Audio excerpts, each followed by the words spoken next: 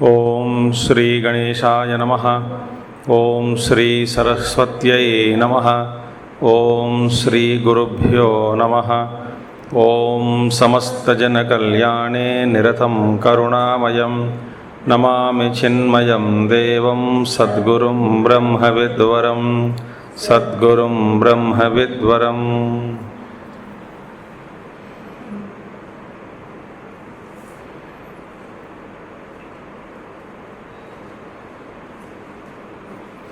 ओम व्यासं वसिष्ठनप्तारं शक्ते पौत्रमकल्मषं पराशरात्मजं वन्दे शुकतातं तपोनिधिं। व्यासाय विष्णुरूपाय व्यासरूपाय विष्णवे नमो वै ब्रह्मनिधये वासिष्ठाय नमो नमः। वसुदेवसुतं देवं कंसचाणूरमर्दनं देवकी परमानंदं कृष्णं वंदे जगद्गुरुं कृष्णं वंदे जगद्गुरुं।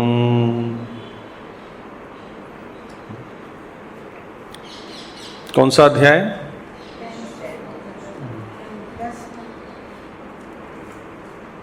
ठीक है, मैं सोचा आप भूल गए होंगे। 10वां भी शुरू करना है।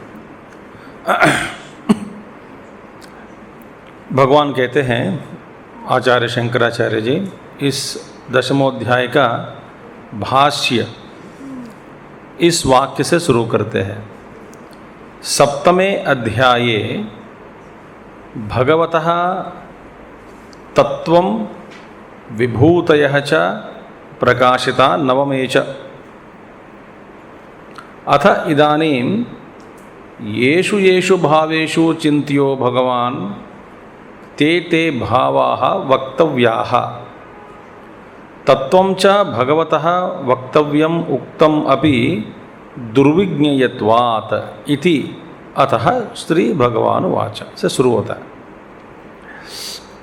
7वें अध्याये भगवतः तत्वं विभूतयः च प्रकाशिता 9वें च। और 7वां अध्याय और 9वां अध्याय, 9वां अध्याय में 9वें अध्याय में तो भगवान का तत्व और विभूति, देखिए विभूतियाँ और भगवान के वास्तविक स्वरूप जो है इसका वर्णन किया गया है। किसमें? 7वें अध्याय में और 9वें अध्याय में, इन दोनों अध्यायों में।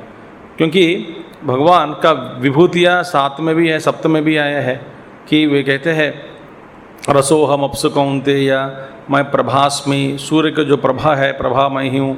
शशि सूर्ययोः हो प्रणवः सर्ववेदेषु, मैं ओंकार ही हूँ। और शब्दः के पौरुषम ऋषु पुण्यो गंधः पृथिव्यां च इत्यादि श्लोकों के द्वारा भगवान अपनी जो विभूतियाँ हैं उस पर प्रकाश डालकर अर्जुन को समझाया, बता दिया। और तत्व भी आया कि मैं आसक्तम अनुपार्थ योगम युञ्जन मदाश्रयः, ये सब बताया पहले शुरुआत में ही। तो 7वें अध्याय में भगवान का तत्व और विभूति दोनों हमने पढ़ा है। और 9वां अध्याय, 9वें अध्याय में भी भगवान ये तो तत्व और विभूति इन दोनों के बारे में, अपनी विभूतियाँ और अपना तत्व देखिए। भगवान कहते हैं पितामहस्य जगतः माता धाता पितामहः वेद्यं पवित्रमोंकारः ऋक् साम यजुरेव च गतिर्भक्ता प्रभुस्साक्षी निवासशरणं सुहृद प्रभवस्प्रलयस्थानं निधानं बीजमव्ययम्। इस तरह का भगवान अपनी जो विभूतियाँ हैं, मैं अहम क्रतुरहम, पीछे मैं जा रहा हूँ। तो ये भगवान 9वां अध्याय में भी विभूतियाँ के बारे में और तत्व के बारे में भी उन्होंने समझा दिया। क्योंकि मैं कौन हूँ? मैं तो इस स्वरूप का हूँ। तो यत् करोषि यदश्नासि, इसीलिए तुम मेरे पास इस भावना से, इस रीति से मेरे पास पहुँच जाओ करके ऐसा भगवान का उपदेश भी अर्जुन को दिया था। किसमें? 9वां अध्याय में।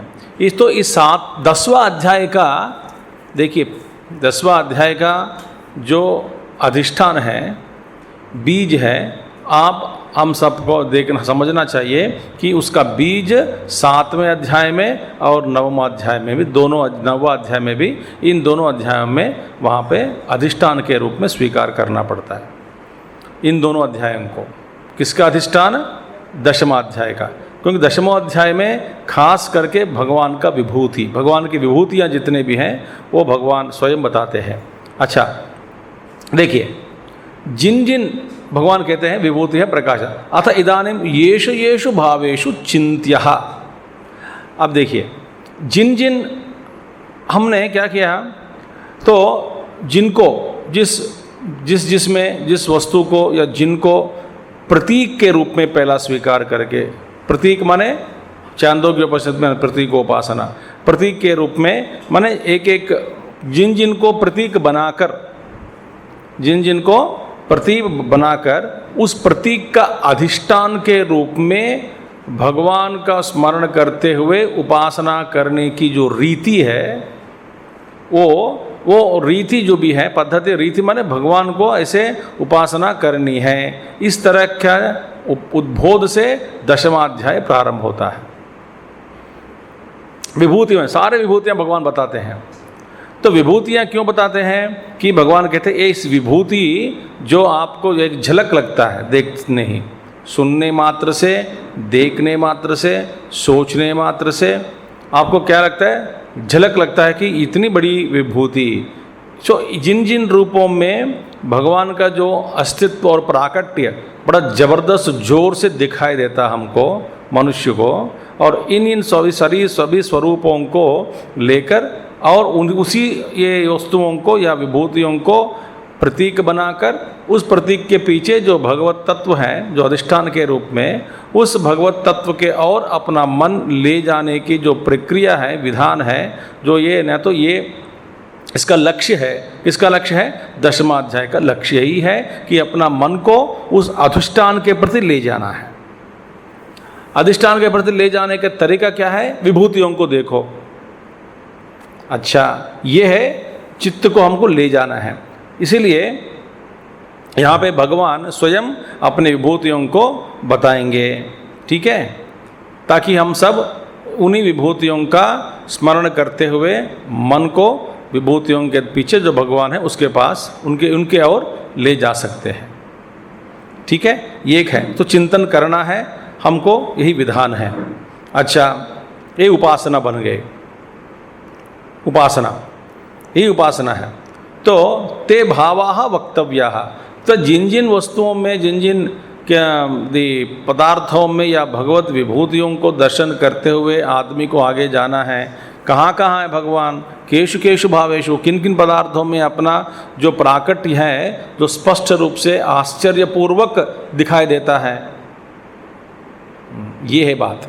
तो भगवान ही स्वयं बताते हैं वक्तव्याः, ये भावाः वक्त माने ये सब बतानी चाहिए, बताना पड़ेगा। तत्वं च भगवतः वक्तव्यम् उक्तम्, तो और भगवान का तत्व जो है, माने इन सारे विभूतियों के पीछे जो तत्व है अधिष्ठान के रूप में, उसका भी हम पढ़ना चाहिए, जानना चाहिए। तो ये अभी रह गया काम। 7वां अध्याय में और 9वां अध्याय में कुछ कुछ विभूतियाँ बता दी गई, मगर अभी विस्तार से इस 10वां अध्याय में इसी का नाम विभूति योग, इसलिए विभूति योग। विभूति माने ग्लोरी, ग्लोरी। हर आदमी का अपने अपनी विभूतियाँ होती है,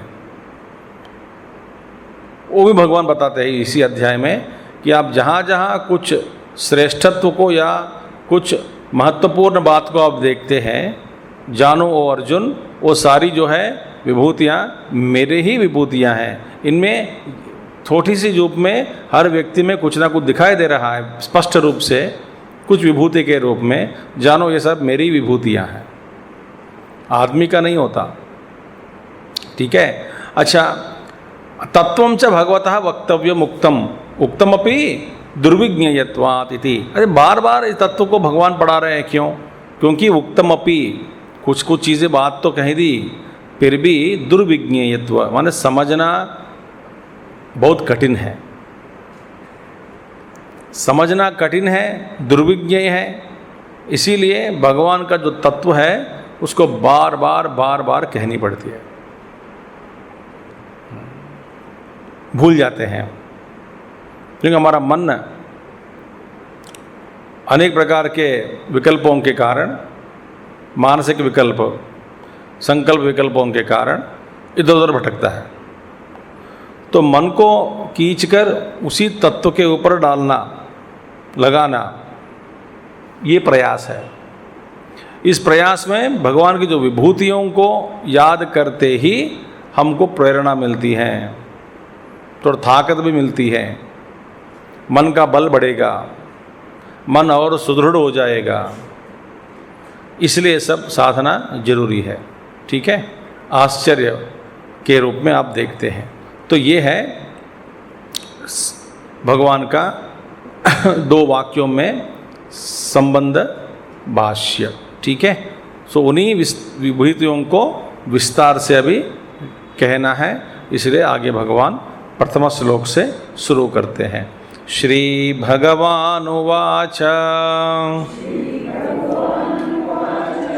भूय एव महाबाहो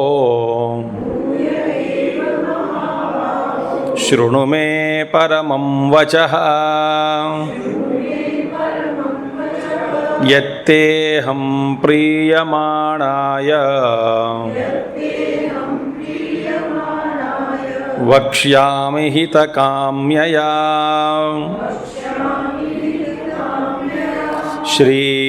श्रीभगवानुवाच भूय एव महाबाहो शृणु मे परमं वचः यत्तेऽहं प्रीयमाणाय वक्ष्यामि हितकाम्यया।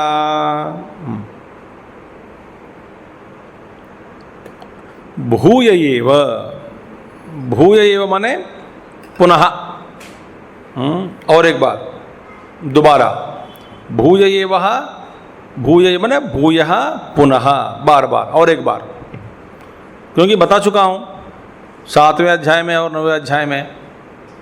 फिर भूय एव, हे महाबाहो, इस स्वयं इस अध्याय का प्रारंभ स्वयं भगवान करते हैं। कोई प्रश्न का, अर्जुन का प्रश्न कुछ है ही नहीं इसमें शुरुआत में।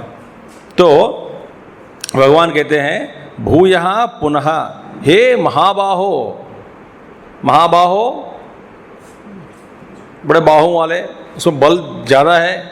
तो महाबाहो, जैसे तुम अभी शारीरिक रूप से पराक्रम दिखाकर, तुम इससे पहले भी दिखाया, आगे भी दिखानी है अभी इस युद्ध में, बाहुबल का प्रदर्शन तुमको करना है, किया भी था तुम। इसी तरह मन के द्वारा भी थोड़ा अपना पराक्रम दिखाकर इस तत्व को जानने में थोड़ा उद्युत हो जाओ।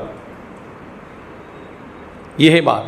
बार बार भगवान महाबाहो महाबाहो जहाँ जहाँ कहते हैं, गुरुदेव कहते थे एक है कि उनकी तारीफ तो महाबाहो है, कर सकते हो, बाहुबल है, पराक्रमी हो।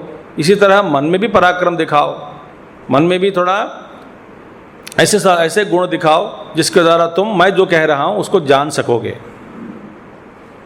ये एक बात है। दूसरी बात है, कभी कभी ऐसा लगता है कि महाबाहो मतलब क्या है, जैसे कि तुम महाबाहु स्थूल रूप से महाबाहु बनना अलग है और अभी सूक्ष्म रूप से भी महाबाहु बनो। देखिए पराक्रम वाले माने महाबाहु माने सारा कर्म जो है हाथों से द्वारा किया जाता है, हाथों से ही। सो जिसके द्वारा कर्म किया जा सकता, किया जाते हैं, वही है हाथ। जैसे महाबाहो, तो हाथ दृढ़ होना चाहिए। महाबाहो का मतलब क्या है, इंद्रिय सुदृढ़ है। अर्जुन के जो इंद्रिय है वो सुदृढ़ है, बल है, इसमें तेज है, कर सकते हैं, समर्थ है। इसी तरह मन में भी बनो, मन में भी सामर्थ्य बनाओ। तो ये महाबाहो। अच्छा, शृणु, शृणु माने सुनो, सुन तो रहे हैं तब से, फिर बार बार शृणु। शृणु का मतलब क्या है, आप देखो, आप एक आदमी से बता रहे हैं, बीच बीच में वो सुन रहा है, बेटा बेचारा वो सुन तो रहा है, आप बार बार कहोगे सुनो सुनो सुनो, मैं सुन तो रह रहा हूँ, बोलो, बोलते जाओ। माने बीच बीच में सुनो सुनो, इसका मतलब क्या है? ध्यान देकर सुनो। सुनो इसके द्वारा, आदेश के द्वारा मैं जिसको मैं सुना रहा हूँ उसका ध्यान दो है। ध्यान और मजबूत बनाने के लिए मैं बीच बीच में आदेश देता हूँ, सुनो सुनो। जब जब सुनो बोलोगे, कोई बोलता है कोई, तो अपना मन फिर तुरंत एकाग्र में आ जाता है। तो ठीक है, सुन रहा हूँ, ध्यान देकर सुनो, ध्यान दो। ठीक है, अच्छा। मे वचम परमम वचः, देखिए, मे मदीयम परमम प्रकृष्टम, प्रकृष्ट वचन है। देखिए, मैं परमात्मा हूँ और मेरे वचन भी प्रकृष्ट ही है। देखिए, मैं परमात्मा हूँ, मेरे वचन क्या होगा? प्रकृष्ट ही होगा, निकृष्ट नहीं हो सकता ना। और परमात्मा ही प्रकृष्ट शब्द प्रकाशित कर सकते हैं, क्योंकि वो स्वयं भगवान। इसे भगवत गीता तो इनके जो प्रकृष्ट परमम वचः जो है, कि उनकी परमम वचः इसीलिए कि भगवान के सिवाय और कोई कह नहीं सकते। ऐसा उपदेश, भगवत गीता जैसे उपदेश भगवान के सिवाय और कोई दे नहीं सकते। तो भगवान याद दिला रहे हैं कि मेरे बाद, मेरे अलावा और कोई नहीं रहेगा। माने जब मैं जो बोलता हूं वो मैं ही कह सकता हूं और कोई नहीं कह सकता। ये अद्भुत बात है। तो इसलिए परमम वचः, श्रुण में परमम वचः, श्रुण माने ध्यान देकर सुनो, परमम वचः। विभूतियां मैं बताने जा रहा हूं। अच्छा, प्रकृष्टम निरतिशय वस्तुनः प्रकाशकम, और किस वस्तु के बारे में मैं बताने वाला हूं? प्रकृष्ट परमम वचः निरतिशय वस्तु, माने उस वस्तु के ऊपर और कुछ कोई वस्तु नहीं है। जिस वस्तु तत्व के बारे में जानने के बाद और कुछ नहीं रह जाता जानने के लिए, बाकी शेष नहीं रहता। ऐसे तत्व को स्वयं वो तत्व ही इस रूप में प्रकट होकर तेरे सामने मैं कह रहा हूँ, परमम वचः, इसलिए ध्यान देकर सुनो। निरतिशय वस्तुनः प्रकाशकम, वचः वाक्यम, मेरे जो वाक्य है सुनो, वचः वाक्यम। अच्छा, अब देखिए भगवान कहते हैं यहाँ पे, यद परमम ते तुभ्यम, तू कौन है? यहाँ पे दो बात भगवान कह रहे हैं कि देख, ध्यान से सुनिए। तुभ्यम, तुझको, तू कौन है? यत ते अहम प्रियमाणाय, प्रियमाणा, यत माने परमम, वो परमम पद जो है, परमात्मा के बारे में जो परमम वचः उत्कृष्ट शब्द जो है, तुझको, तू कौन है? प्रियमाणाय। ध्यान से सुनिए, प्रियमाणाय माने मद वचनात् प्रियसे तत्वम, मद वचनात् प्रियसे त्वम अतीव अमृतम इव पिबन ततः वक्ष्यामि हितकाम्यया हितेच्छया आहा। देखिए, यहाँ पे दो बातें हैं, ध्यान से सुनिए। पहला है कि तुम कौन है? प्रियमाणाय। प्रियमाणाय का माने मद वचनात् प्रियसे त्वम। ये कम्युनिकेशन के लिए बहुत अच्छी बात है इसमें है। माने देखिए, प्रिय माने श्रोता से, देखिए प्रियमाणाय माने तुम में रुचि हो सुनने की, मेरे बातों पर तुम बड़ा रुचि दिखाते हो। प्रियमाणाय मद वचनात् प्रिय से, मैं जो कहूँगा मेरे वचनों से तुमको प्रीति मिलेगी। ऐसा नहीं कि पर्सनालिटी लव यहाँ पे है, मैं भगवान को प्यार करता हूँ इसलिए जो भगवान कहते हैं मैं सुन लेता हूँ। नहीं नहीं नहीं, तुमको सुनने में इच्छा है, जानने की इच्छा है और सुनने के लिए उद्युत हो तुम। अतीव अमृतमिव, मेरे जो कथन है अमृत जैसे तो पान ग्रहण कर देता है।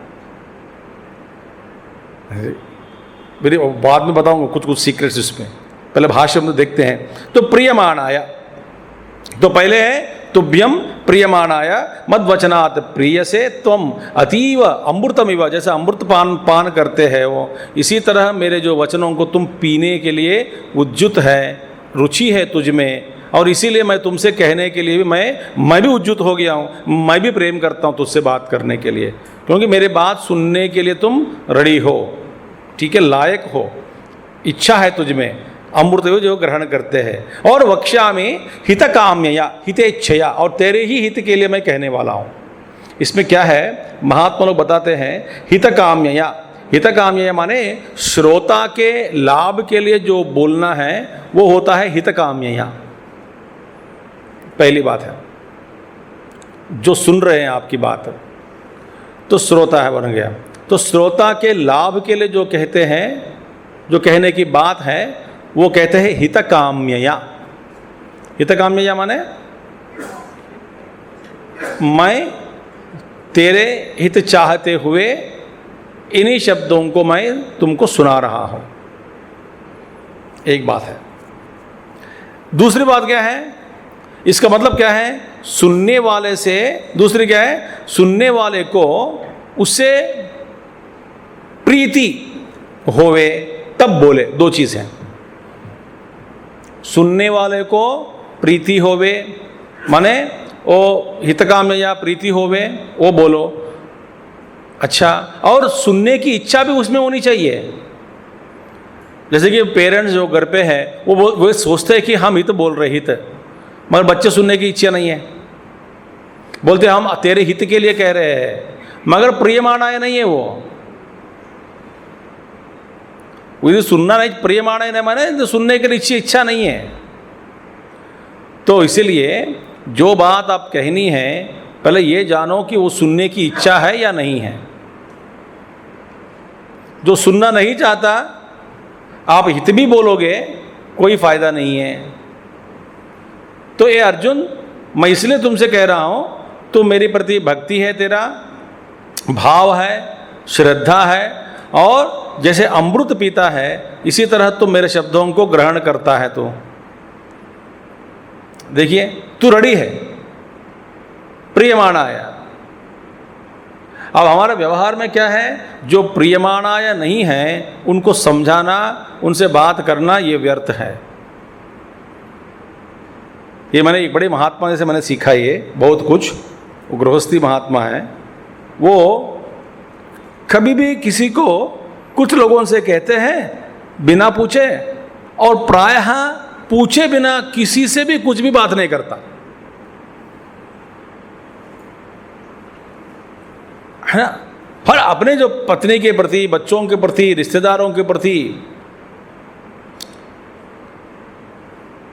वो ना, ये मैं कहता हूं, उनसे पूछा कि आप बिना बोले रह नहीं सकते, कैसे रह सकते हैं, क्योंकि लोगों में खुजली होती है कि बोलने की। अरे कुछ बोले बिना कैसे है, आक्रोश हो जाता है मन में, आक्रोश आवेदन के कारण बताते हैं। आपका इन सब में कुछ है ही नहीं आप में। वे कहते हैं आवेदन हो, आक्रोश हो, मन में विचार हो या दुखी हो आप मन में, यदि सुनने वाले तैयार नहीं है, कुछ भी करो वो सुनेगा नहीं, इसीलिए मैं बोलूँगा नहीं। माने वो सत्यनाश अपना कर रहे हैं, मैं जानता हूँ, तो भी मैं बोल के भी कोई फायदा नहीं है। पर लोग सोचते हैं कि आप किसी को बताते नहीं, आप आदेश नहीं देते, आप कुछ जिम्मेदारी नहीं उठाते। ऐसे लोगों को लगता है लोगों के मन से मेरा मन बहुत अलग है, मैं उनकी अभिप्राय से मैं जीना नहीं चाहता हूँ, मैं जो कह रहा हूँ वो सच है। और सुनने के लिए जो है वो बिना पूछे भी कभी कभी बोल देते हैं, प्रायः पूछे बिना कुछ भी नहीं बोलते हैं। एक बात है।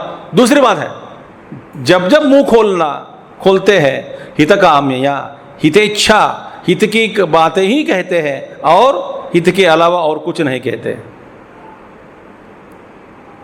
तो भगवान कहते हैं मैं तेरे हित के लिए मैं कह रहा हूं, और तुझ में सुनने की इच्छा और मेरे प्रति भक्ति है, इसीलिए प्रियमाणाय, अमृत जैसे मेरे वचनों को तू ग्रहण करता है। इसीलिए अर्जुन, मैं तुझको इस उपदेश देने के लिए भी तैयार हो गया हूं, इसलिए मैं कह रहा हूं। इसलिए महात्मा लोग पूछे बिना बताते नहीं।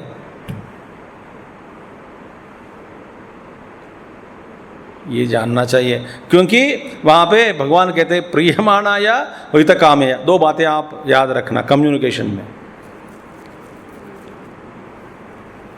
ऐसे ऐसे खास करके आध्यात्मिक बातें जो हैं, विशिष्ट बातें जो हैं, कुछ रहस्य है, योग रहस्य है, ये सब बिना पूछे बताया नहीं जाता। बताना भी गलत है।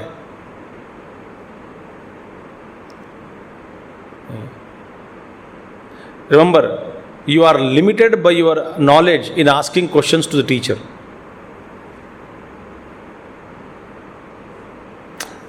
आप जो जो प्रश्न आप गुरु से पूछते हैं, माने इन प्रश्नों का आधार क्या है? अपना पूर्व ज्ञान।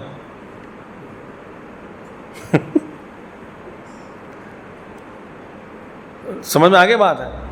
अपना पूर्व ज्ञान जो है वही आधार है, उसी आधार पर आप प्रश्न पूछते हैं। और पूर्व ज्ञान बहुत कम है, कभी कभी लुप्त भी हो जाता है, सीमित है। तो आपके प्रश्नों इसी का आधार है आपका। और महात्मा क्या कहते हैं? आप जैसे प्रश्न करते हैं उसी प्रश्न को आप यदि अधिकारी हो तभी जवाब देते हैं। तो मैंने अपना ज्ञान से ऊपर उठकर, उसे आगे बताएंगे, आगे आएगा। आप अपना ज्ञान से ऊपर उठकर किसी बात को समझने का या पूछने का हमें हिम्मत नहीं है, हम अधिकारी नहीं है। हमको ये ज्ञान सूझता भी नहीं मन में कि ऐसे प्रश्न भी हो सकता है।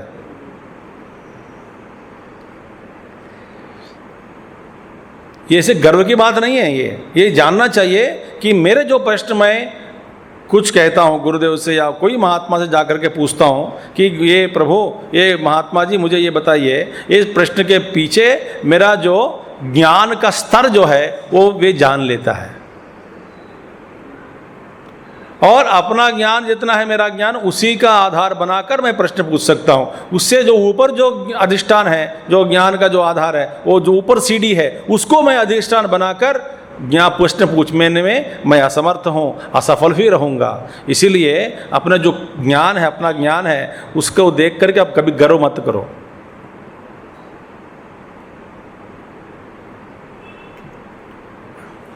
बाद में आएंगे सब बातें। इसीलिए दो बातें हैं जहाँ पे भगवान कहते हैं, मुझ में इच्छा है तुझे बोलने की इच्छा है और तेरे हित के लिए मैं बोलूँगा। तो मुंह खोलना है, किसी से बात करनी है, हित के लिए बात, हितैषी बनो, हित के बातें कहो किसी से भी। एक बात हो गई। दूसरी बात है प्रियमाणाय हो, सुनने की इच्छा उनमें हो तभी आप बोले, तभी इसका सिद्ध होता है प्रयोजन, नहीं तो इसका प्रयोजन कभी सिद्ध नहीं होता। आप बकवास करते रहेंगे, बुलाते रहेंगे, बोलते रहेंगे, चिल्लाते रहोगे, कुछ भी नहीं होगा, कोई फर्क नहीं पड़ता।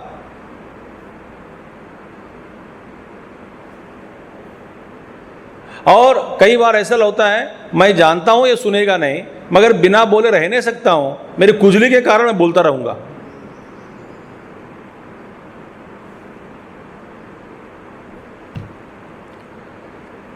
वो भी काम नहीं होगा।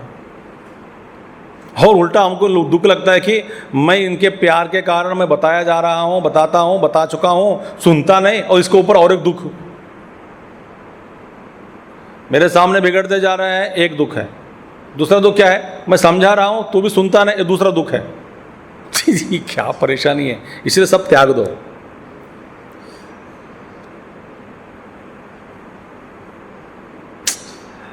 इसलिए भगवान कहते हैं हितेच्छया भूय एव ये महाबाहो शृणु मे परमं वचः यत् ते अहम प्रियमाणाय हितकामया वक्ष्यामि। तू मेरा इच्छा करता है, तो सुनने की इच्छा है तुझ में, अमृत जैसे पीते हैं मेरे वचनों को, इसलिए तुमको मेरे जो हित की बात जो है वो मैं कहूँगा। दोनों आगे समझ में आ गए? बड़ा अच्छा ये श्लोक है। ठीक है, किमर्थम अहम वक्ष्यामि इति। अच्छा, और बोलिए भगवान आप जो कहने वाले हैं अभी शब्द, तो आपके अलावा और कोई बता नहीं सकता क्या? आप जो कहने वाले हैं, जो भी बातें हैं, किमर्थम अहम वक्ष्यामि इति, मैं ही क्यों बोल रहा हूँ? सुनो, क्योंकि किसी के मन में शंका हो सकती है, तो ये नहीं तो दूसरा पढ़ाएगा, दूसरा नहीं तो तीसरा पढ़ाएगा। हाँ, तो आप ही क्यों पढ़ाना है? भगवान कहते हैं मैं ही क्यों पढ़ाऊँ? इसका कारण सुनो, क्योंकि मेरे अलावा और कोई बता नहीं सकता। क्यों? क्या कारण है? न मे विदुस्सुरगणाः प्रभवं न महर्षयः अहमादिर्हि देवानां महर्षीणां च सर्वशः न मे विदुस्सुरगणाः प्रभवं न महर्षयः अहमादिर्हि देवानां महर्षीणां च सर्वशः। सुनो, ये कारण सुनो, क्योंकि मैं किसके बारे में बता रहा हूँ? तत्व के बारे में। तत्व कौन है? मैं ही, और मुझको जानने वाला और कोई है ही नहीं मेरे अलावा, नहीं है। यदि मेरे विषय में और कोई जान सकता तो वो आपको पढ़ा सकते हैं, मेरे विषय में और कोई पढ़ा नहीं सकते मेरे अलावा। और मैं ईश्वर हूँ और किसी के पकड़ में नहीं आता हूँ। तो महर्षि लोग वो भी नहीं है, देवता लोग वो भी बोल नहीं सकते। इतने बड़े बड़े महर्षि लोग हैं, वो भी मेरा पूर्ण रूप से मेरा जो ईश्वर तत्व जो है वो भी मेरा जो तत्व है वो जानने में, तत्व को जान सकते हैं, मगर मेरा प्रभाव जो है वो कोई जान नहीं सकता। ये इम्पोर्टेंट है बात अभी, कि आप ईश्वर को अनुभव करके ईश्वर का तत्व को अनुभव के रूप में जान सकते हैं, मगर ईश्वर का प्रभाव जो है वो कभी आपको जानने में नहीं आता। मैंने तत्व अलग है, प्रभाव अलग है। हाँ जी, जैसे कि चीनी मैंने टेस्ट किया, मगर चीनी का जो प्राकट्य है, विभूतियाँ जो है वो कभी मैं जान नहीं सकता हूँ। इतने इतने तरह तरह के स्वीट्स बनते हैं, वो विभूतियाँ अलग अलग है, प्रभाव अलग है। ये प्रभाव, ये विश्व क्या है? मेरा ही प्रभाव। और इस प्रभाव को जानना नहीं होगा, इसीलिए भगवान कहते हैं, देखिए, न मे विदुः न जानन्ति सुरगणाः ब्रह्मादयः किम ते न विदुः मम किम ते न विदुः मम प्रभवं प्रभावं प्रभाव माने प्रभु शक्ति अतिशयम् अथवा प्रभवं प्रभवनम उत्पत्तिम न अभी महर्षयो भृगादयो विदुः। Very beautiful thing. भगवान कहते हैं, आचार्य भाष्य, न जानन्ति, न मे विदुः, न जानन्ति, कोई मुझको नहीं जानते। न मे विदुः कौन है? सुरगणाः ब्रह्मादयः, ब्रह्मा रुद्र विष्णु, मतलब ये ब्रह्मा रुद्र, ये सारे ऊपर जो परमात्मा तत्व जो है, उस परमात्मा तत्व को ये त्रिमूर्ति लोग भी जान नहीं सकते। माने त्रिमूर्ति से भी ऊपर आके एक एक ब्रह्मांड के त्रिमूर्तियाँ होते हैं। ये त्रिमूर्तियों के जो सारे ब्रह्मांड नायक जो है ईश्वर, सर्वशक्तिमान और सर्वव्यापी जो परमात्मा ईश्वर है, सर्वसमर्थ परमेश्वर है, उसका जो तत्व जो है, उनका तत्व को ये जानने में ब्रह्मादय भी जान नहीं सकते। ब्रह्मादि देवता लोग भी मेरा जो तत्व जो है वो जान नहीं सकते। मैं विष्णु हूँ, सर्वव्यापक आदि महाविष्णु, ईश्वर हुई कहो, मुझे ईश्वर को जानना किसी से नहीं होता। अच्छा, अब देखिए, और देखिए, ये है बात, जो कोई, मैं कौन हूँ? प्रभवन प्रभावम, के मम प्रभवम, क्या नहीं जानते? प्रभवम, प्रभाव से प्रभवम का अर्थ है प्रभावम। प्रभाव माने प्रभाव, मेरा जो प्रभाव, तो प्रभाव माने शक्ति। भगवान कहते हैं प्रभु शक्ति अतिशयम। आचार्य जी का भाष्य देखिए, अति प्रभु शक्ति अतिशयम, अतिशय शक्ति।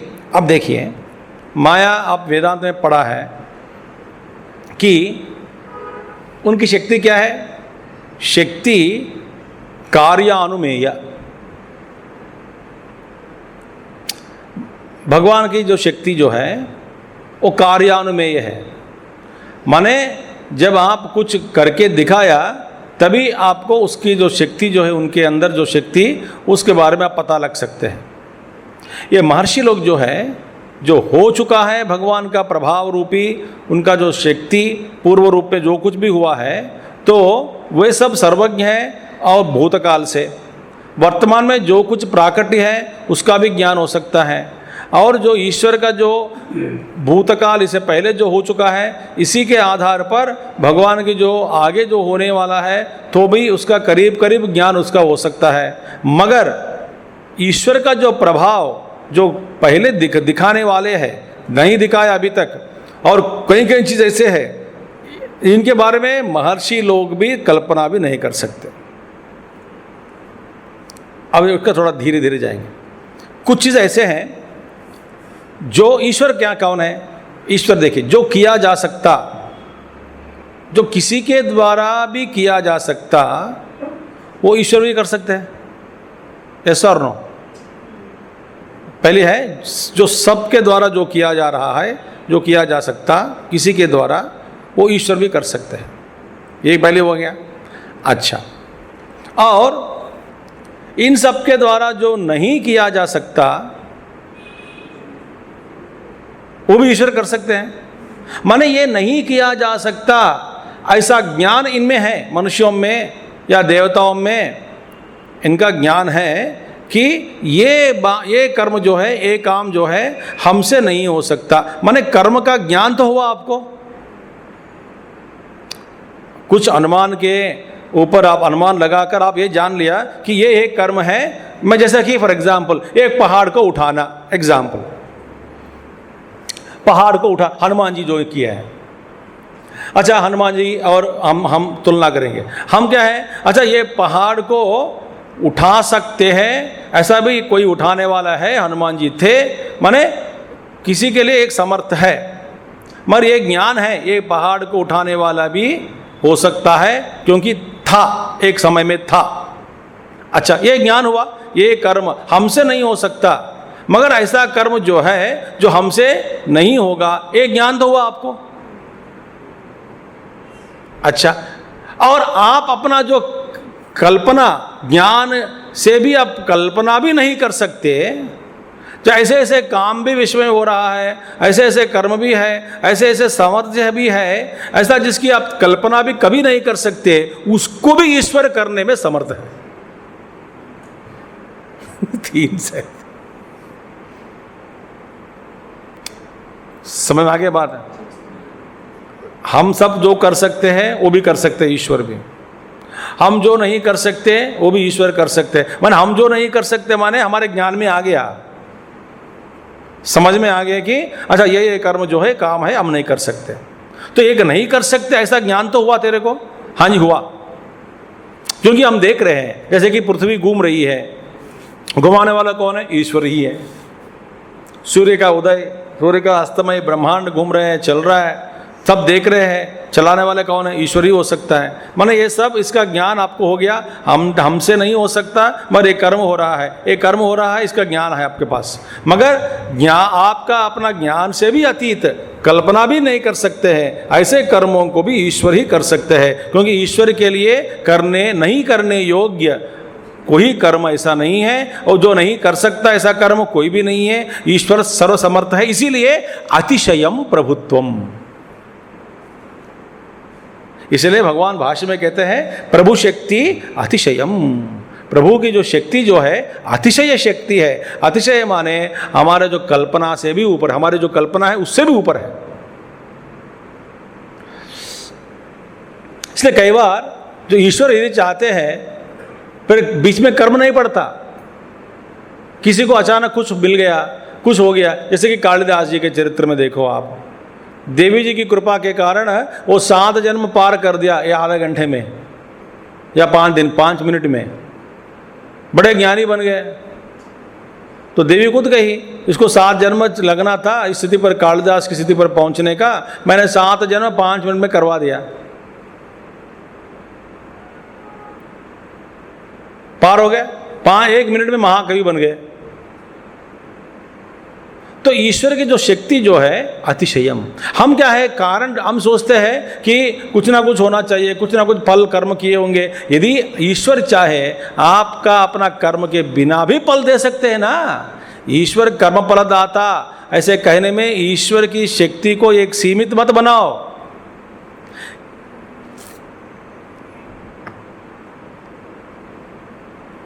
ऐसे एक लिमिट मत बनाओ।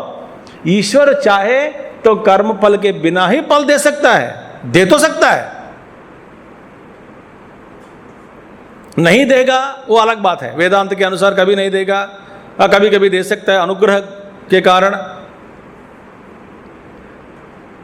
मगर जो कुछ भी हो रहा है सब कर्म का ही फल है, कहना ठीक है। मगर कुछ लोग से कहते उनके लिए ऐसा भगवान ईश्वर दे दिया। शायद आप इनका पूर्व कर्म नहीं जानते, इसलिए आप नहीं जानते, इसलिए कहते हैं अदृष्टम। मैंने कर्म का जो फल जो मैंने किया था पहले, अदृष्ट माने मैं नहीं जानता मैंने क्या किया पहले, ये तो अदृष्ट मेरा भाग्य है। मैंने अदृष्टम, अदृष्ट माने दिखाई नहीं दे पड़ता, मैंने कुछ कर्म किया होगा, इसीलिए इसका फल मुझको ईश्वर ने इस रूप में दिया है आज इस जन्म में। क्योंकि इस जन्म में इस फल को भोगने के लिए मैंने कुछ कर्म नहीं किया, इसका मतलब पूर्व जन्म में किए होंगे, इसीलिए भगवान ने दिया है। एक अनुमान लगाकर हम सोचते हैं। मगर ईश्वर जो है चाहे तो किसी को भी कर्म फल दे सकते हैं, चाहे तो दे सकते हैं, क्योंकि अतिशय शक्ति। तो मगर हमारे लिए कब क्यों नहीं दे रहे हैं? तो देने लायक हम नहीं हैं, चाहे तो दे सकते हैं।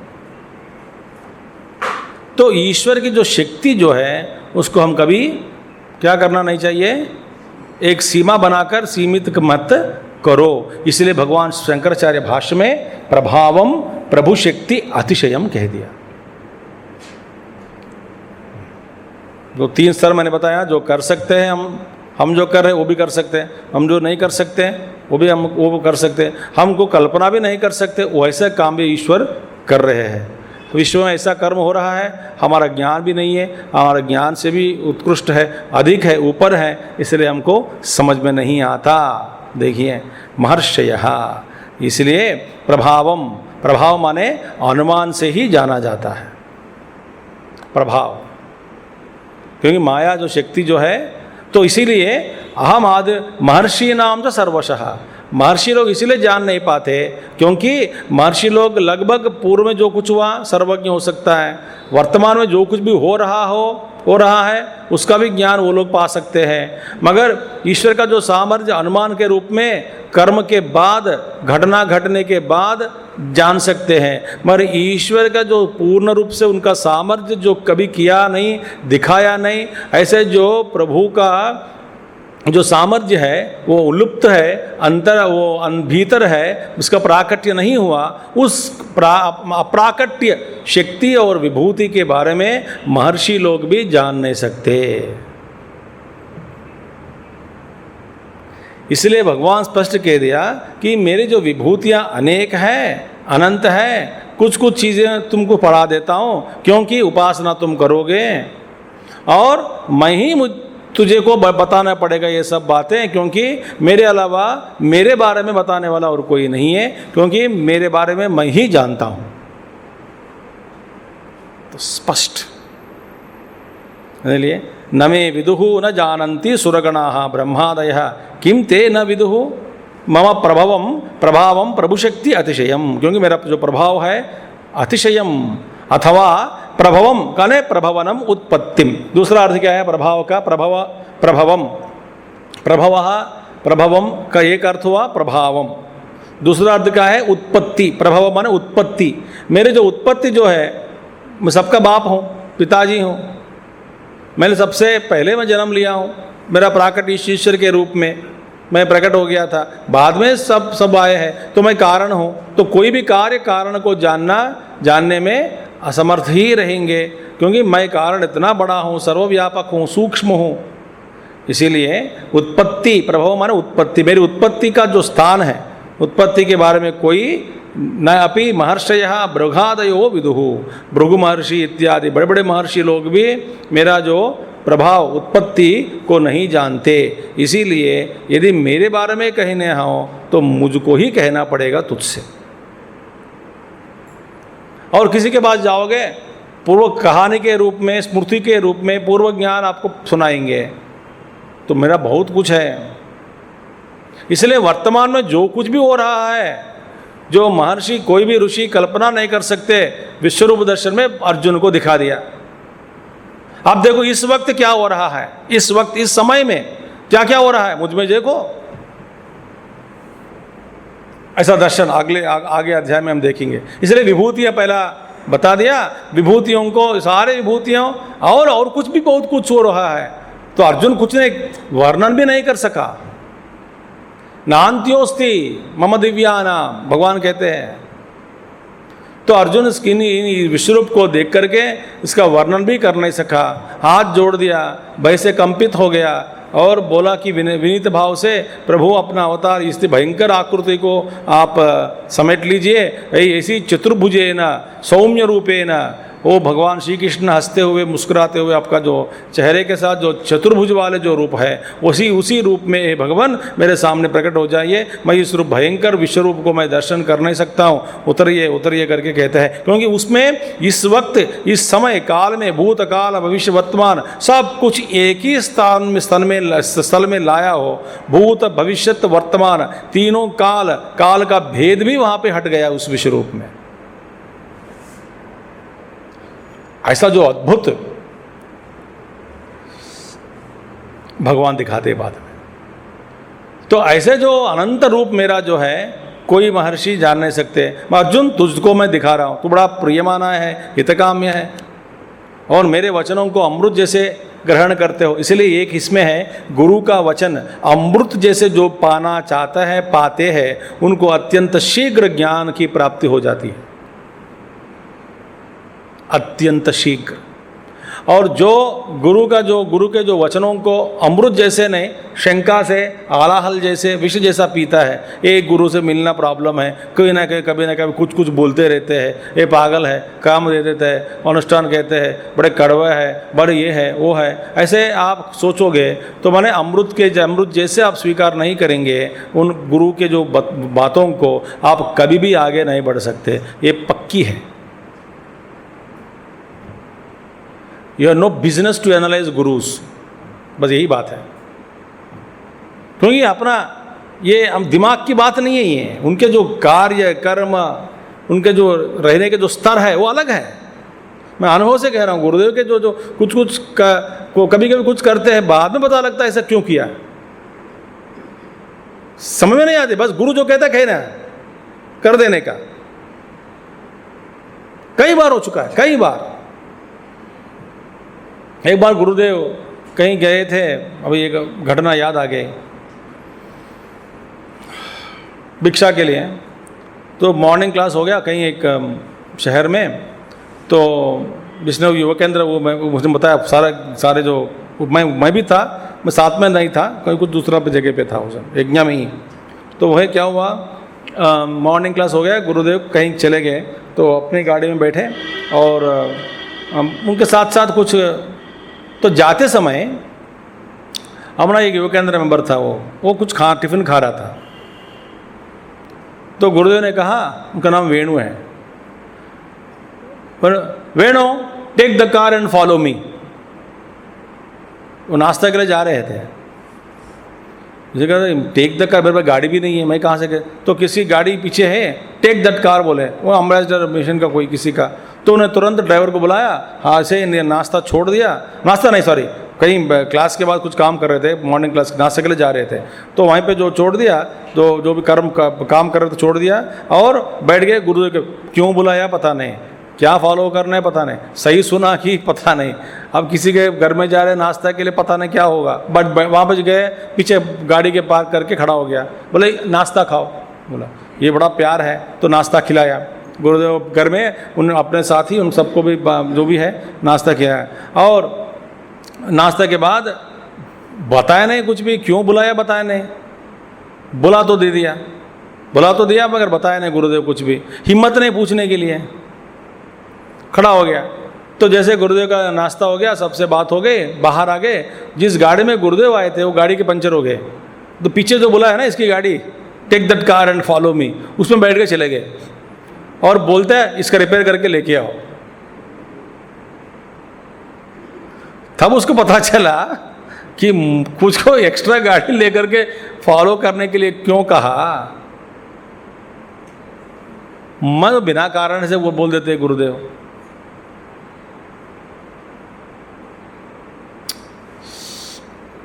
मैं भी कुछ पूछा 2-3 बार, बहुत सारे ऐसे अनुभव बहुत है। मैं मुंह मोड़ लेते हैं, हाँ अच्छी ऐसी, मुंह मोड़ लिया माने होगा नहीं काम, और इनकी रुचि नहीं है और कुछ होने वाला है।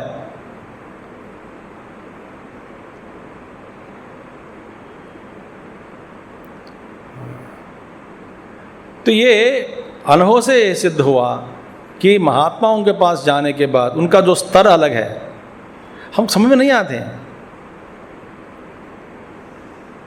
इतना कोई थोड़ा सा जो साधक है, उपासक है, उसकी जो बात भी आपको माननी पड़ेगी, क्योंकि उपासना बल से कुछ कह रहा हो, पर मानते नहीं। तो इसीलिए उपासक की बात ही कहनी है, माननी पड़ेगी। और गुरु की जो बात है स्वयं भगवान कह रहे हैं, तो मानकर चलो। इसीलिए अथवा प्रभवम प्रभवनम उत्पत्तिम न अपि महर्षयो भृगुवादय भृगु आदि इत्यादि महर्षय न विदुहु, वे भी नहीं जानते, मेरे प्रभाव को नहीं जानते। प्रभाव माने प्रभाव माने शक्ति। कब जानोगे भाई? कर्म करने के बाद, कार्य के बाद जान सकते हो। कार्य से पूर्व जो मेरा प्रभाव है आप नहीं जान सकते। नहीं कि किसी व्यक्ति से परिचित हो गए तो फिर मैं सोचा कि वो साधारण आदमी है, ऐसा मैं सोचता हूँ, मगर वो निकला और कोई बड़ा सज्जन, बहुत संत, बड़ा ज्ञानी। कब पता चला? मंच पर बैठ गया, कुछ बात करने लगी या न तो कुछ दिखाया अपना काम, तब पता चला तो ये महात्मा है।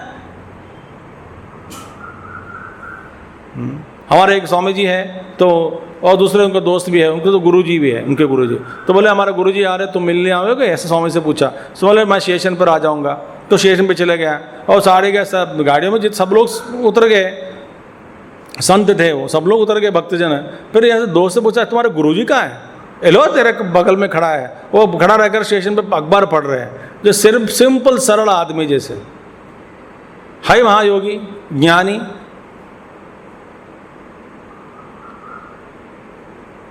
तो तभी किसी ने बताया तो पता चला, फिर बाद में पता लगा। अब फिर बातों में, उनका उपदेश में, उनका जो ज्ञान, बात जितना बात करते हैं उतना ज्ञान अंदर से आ रहा है, तब फिर हमारा जो उनके प्रति विनय भाव बढ़ जाता है। क्योंकि जब प्राकट्य प्रभाव जो है माने कार्यानुमेय, कारण के रूप में दिखाई नहीं देता, कार्य के रूप में माने करने के बाद जो जैसा मैंने किया इस विश्व में, जो कुछ हुआ उसका ज्ञान महर्षि लोग प्राप्त कर लेते हैं। जो मुझ में है करने योग्य, किया नहीं, करने वाला हूँ, भविष्य में मैं क्या क्या कर सकता हूँ या आगे करने वाला हूँ, इसका ज्ञान किसी के रूप में, किसी के में नहीं रहती, इसीलिए नहीं रहता। इसीलिए नारद जी कहते बार बार, अब विष्णु जी के पास जाकर कहते हैं आपके बारे में आप ही जाने, हम क्या जान सकते हैं।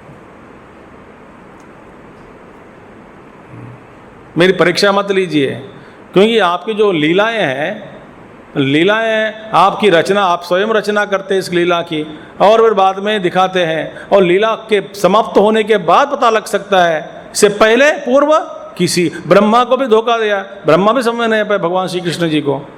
1 साल सारे गौओं को चर रूप में जो घुमाते हारे, वही कृष्ण ही अनेक गाय बन गए, गोप बन गए, गोपाल बन गए। 1 साल तक किसी को पता नहीं चला। ब्रह्म फिर बाद में पता लगा कि ब्रह्म स्वयं भगवान विष्णु ही है। इसीलिए करने के बाद प्रभाव पता लगता है, करने से पहले किसी का प्रभाव मालूम नहीं पड़ता। इसे ब्रह्मा महर्षि ज्ञान भी, उनका ज्ञान है, सृष्टि का ज्ञान है, ईश्वर का जो ज्ञान है, तो लगभग करीब करीब वे सर्वज्ञ है। मगर पूर्ण रूप से सर्वज्ञ कौन है? ईश्वर ही है। करीब करीब सर्वज्ञ है ये लोग, महात्मा लोग हैं। हमसे भी बहुत बड़ा मनुष्य जाति से इनका ज्ञान बहुत है, हो जैसे कि हम कल्पना भी नहीं कर सकते कि ऐसा ज्ञान भी संभव है इस विश्व में। ये महर्षि लोगों की स्थिति है, उससे भी ऊपर ईश्वर की जो स्थिति है। तो इसलिए कहते हैं कोई जान नहीं। इसलिए अर्जुन मैं ही तुमको समझाऊंगा। कस्मात् ते न विदुः इति उच्यते, ये किस कारण से वे मुझे नहीं जानते हैं। अहम आदि ही, मैं कारण हूँ। कारण को जानना मुश्किल है। यस्मात् देवानाम महर्षीणाम च सर्वशः सर्व प्रकार ही, सब प्रकार से मैं सबका मूल कारण मैं ही हूँ, आदि हूँ। इसीलिए आदि को जानना, मूल कारण को जानना ये संभव नहीं है किसी को। इसीलिए मेरे बारे में जानना हो मुझको ही बताना पड़ेगा।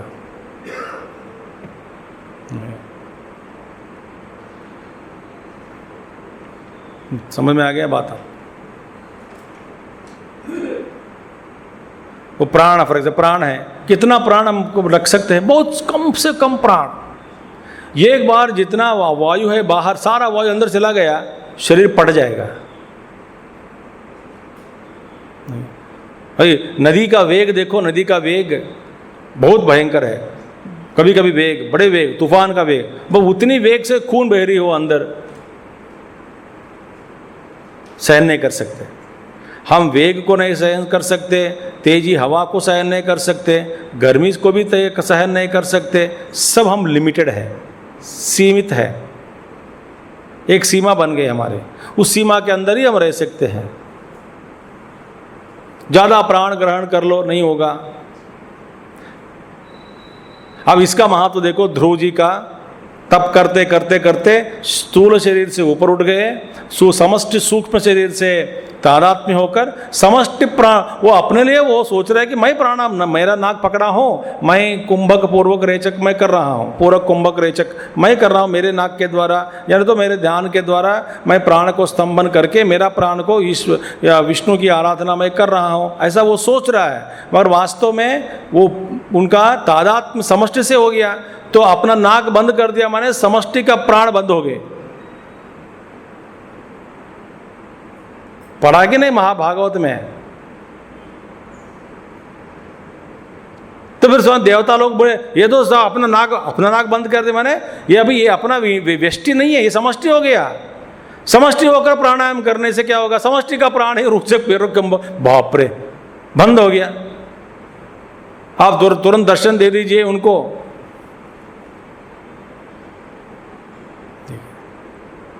तो अपना शंख से स्पर्श किया भगवान और उनको जगाया, उपदेश दिया। योऽन्त प्रविश्य मम वाचमिमां प्रसुप्तां संजीवयत्यखिल शक्तिधरस्वधाम्नाम् अन्यांस्तहस्तचरणस्मरणात्मगादीन् प्राणान् नमो भगवते पुरुषाय तुभ्यम्।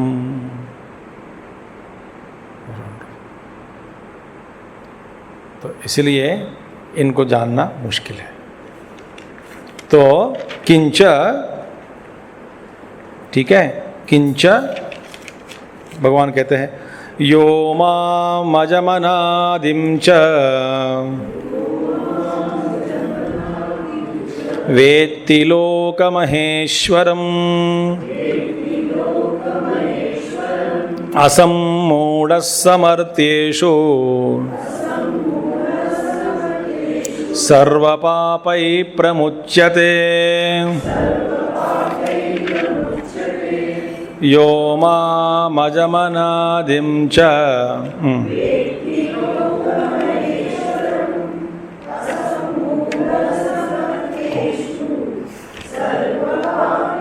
प्रमुच्यते। हाँ, एक मिनट।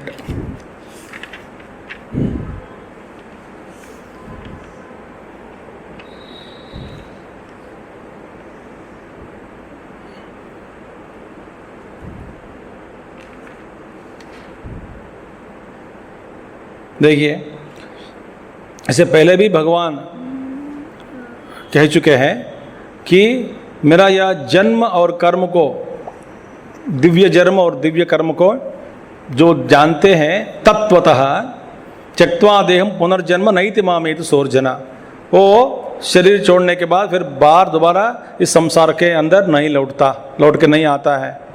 ऐसा 4वां अध्याय में भगवान पहले बता चुके हैं।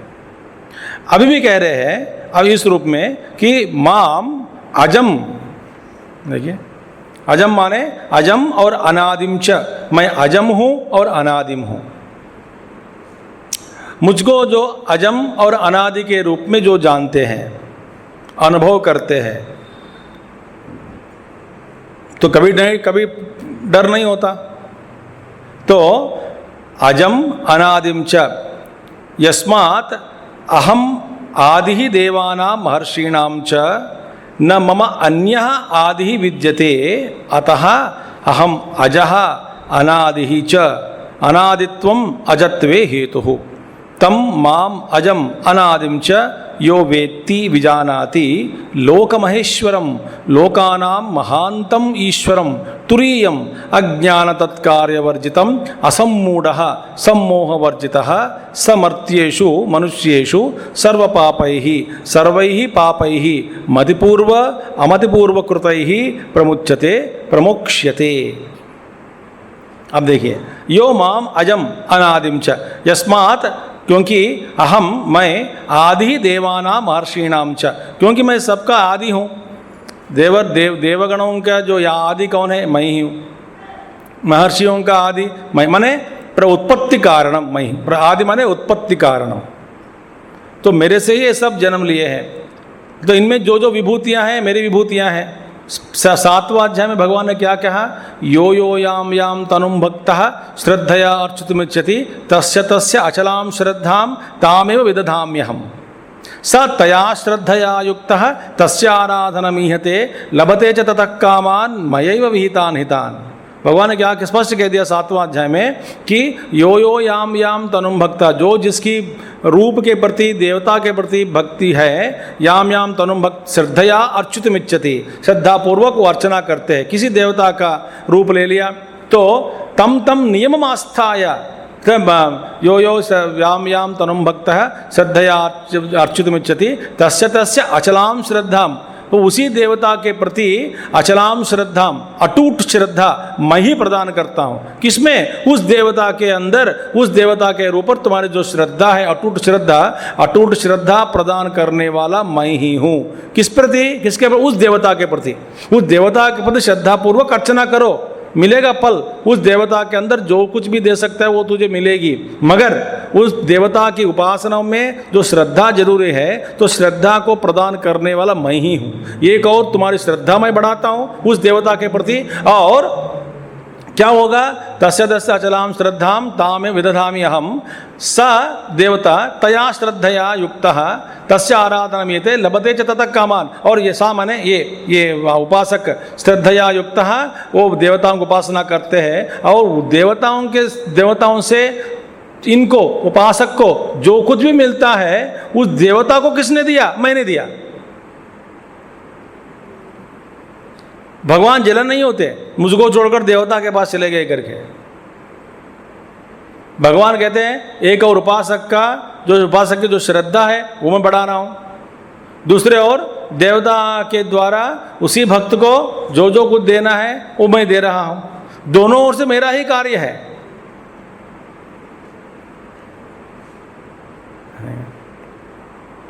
ठीक है, मुझको तत्व रूप से पूर्ण रूप से मेरे पास ये नहीं आ रहा है, मुझे समझ में नहीं मेरा जो ज्ञान नहीं हो रहा है, उनको मुझको समझ नहीं पा रहा है ये उपासक, छोड़ दो। देवता के पास जाना था तो जाओ। इसीलिए भगवान 3रा अध्याय में कह दिया कि जोशयेत सर्वकर्माण विद्वान युक्त समाचरेत।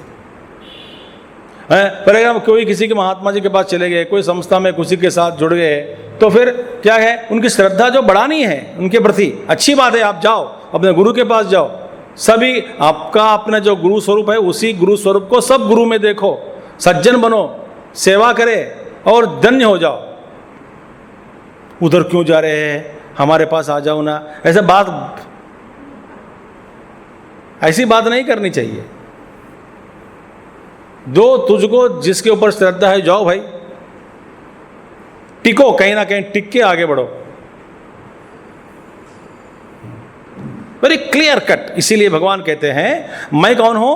क्योंकि अस्मात् माने सिंस अहम आदि देवानां महर्षीणां च न मम अन्य आदि विद्यते। और मेरे जो अन्य, मैं भी देवताओं का आदि मैं हूं, महर्षियों का आदि मैं हूं, और मेरे आदि और कोई है ही नहीं ऊपर। न मम आदि ही न मम अन्य आदि विद्यते, न विद्यते माने मेरा जो अन्य आदि, मेरे ऊपर जो दूसरा और के मेरे आदि, मेरा जो कारण के रूप में मैं जिससे प्रभाव, जिससे मैं जन्म लिया, ऐसा कोई व्यक्ति है ही नहीं, मेरे ऊपर और कोई नहीं है। आदि न विद्यते, देयरफॉर मैं कौन हूँ फिर? अहम अजहा, इसलिए मैं अजह बन गया। अजह माने जिसका जन्म नहीं है। क्यों? क्योंकि मेरे ऊपर और कोई है ही नहीं, मेरा कारण कोई नहीं है, मैं ही सबका कारण हूं, मेरा कारण और कोई नहीं है, इसलिए कॉजलेस कॉज।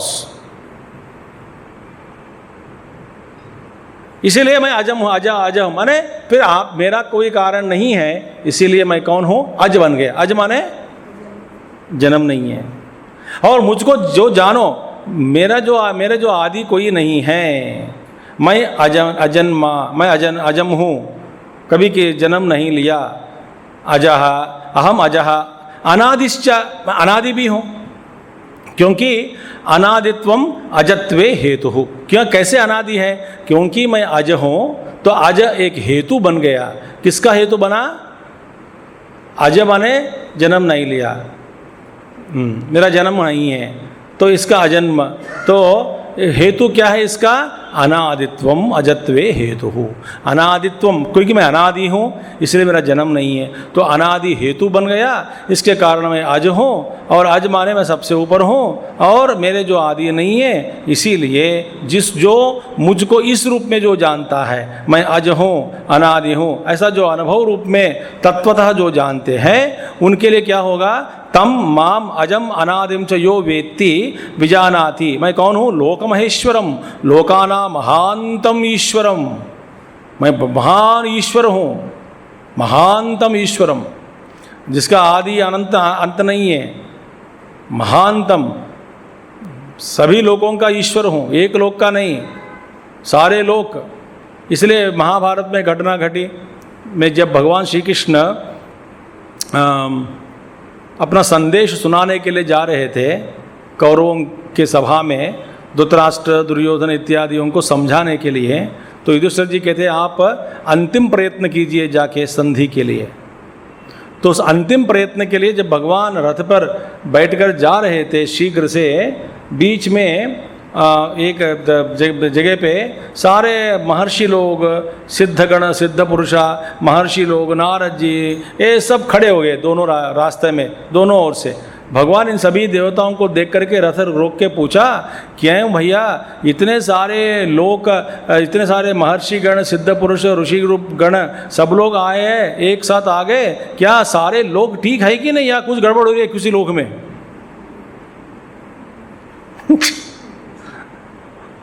ऐसे प्रश्न पूछते भगवान श्री कृष्ण, क्योंकि उनका तो कुछ है, सब ठीक है, सभी लोगों का ईश्वर हूं मैं। वे बोले कि हाथ जोड़कर, हाँ प्रभु जी सब ठीक है, हम आपसे आपका संदेश जो सुनाने जा रहे हैं कौरवों को, वो हम भी सुनने चाहते हैं, आप यदि आज्ञा दे तो हम भी आपके साथ आएंगे। और सभा में जाकर भगवान श्री कृष्ण कहते हैं कि महर्षि लोग आ रहे हैं, भीष्माचार्य से कहते हैं कि सबको पहला आसन दो, कोई नहीं बैठना जब तक वो बैठते नहीं। कण्व ऋषि, बड़े बड़े महर्षि लोग, सब लोग आ चुके, नारद जी, सब लोग, तो अपने अपना जो आसन ग्रहण करने के बाद, आसन पर बैठने के बाद बाकी सदस्य, सभा के सदस्य बैठ गए थे। इसके बाद फिर भगवान का अपना प्रवचन माने वो संदेश देने लगे, सबको बिठाने के बाद ही। वो सुनना चाहते हैं, पहले भगवान संदेश के पहले बाकी कुछ 2-3 महर्षि लोग भी संदेश, अपना संदेश सुनाया धृतराष्ट्र को, ऐसा मत कीजिए, सत्यनाश होने वाले, मेरे बात सुनिए करके। कहने की मतलब है मैं सर्वलोक महेश्वरम, माने सभी लोगों का मैं ईश्वर हूं। तो इसलिए लोकानाम महानतम ईश्वरम, मैं तुरीयम, तुरीय स्थिति, जागृत, स्वप्न, ये सुषुप्ति, इस दिन तीनों अवस्थाओं से परे हूँ मैं, तुरीय स्थिति में मैं हूँ। माने ये जागृत अवस्था, स्वप्न अवस्था और ये सुषुप्ति अवस्था, ये अविद्या के जो कार्य है, अज्ञान के कार्य है, अज्ञान और उसके कार्य, ये सब ये सृष्टि है। मैं सृष्टि से परे हूँ, इसीलिए अज्ञान तत्कार्य वर्जितम, इसका मतलब तुरीय माने जिसमें अज्ञान नहीं है, अज्ञान के कार्य भी नहीं है, माने कारण रूप और कार्य कुछ भी नहीं है, वहाँ पे न कार्य है न कारण है। अज्ञान तत्कार्य वर्जितम असम्मूढ़, तो मेरे को जानने के बाद जो असम्मूढ़ हो जाएगा, सम्मोह वर्जित सह वह आदमी मर्त्येषु मनुष्येषु सर्व पापैहि सर्वैहि पापैहि, उस व्यक्ति सभी पापों से छूट जाता है।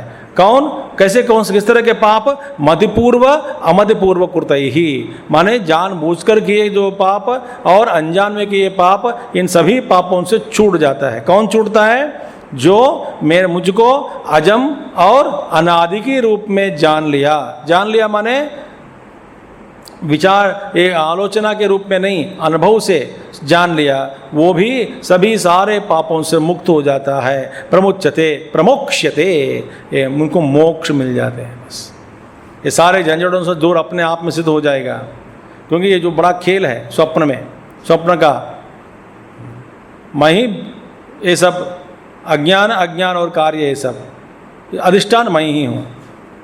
तो मुझको जानो अजम और अज के रूप में और अनादि के रूप में जानोगे मुझको, तो सारे पापों से तुम दूर हो जाओगे। इतच्चा हम महेश्वरो लोकानाम, दूसरा कारण भी है, मैं सभी लोगों का ईश्वर हूँ, दूसरा कारण भी है। इसलिए भी मैंने इतश्च बुद्धिर्ज्ञानम असम्मोह क्षमा सत्यम दमश्चम, ये श्लोक हम कल देखेंगे। ओम पूर्णमदः पूर्णमिदं पूर्णात् पूर्णमुदच्यते पूर्णस्य पूर्णमादाय पूर्णमेवावशिष्यते। ओम शांति शांति शांति। हरि ओम श्री गुरुभ्यो नमः। हरि ओम सद्गुरुनाथ महाराज की जय।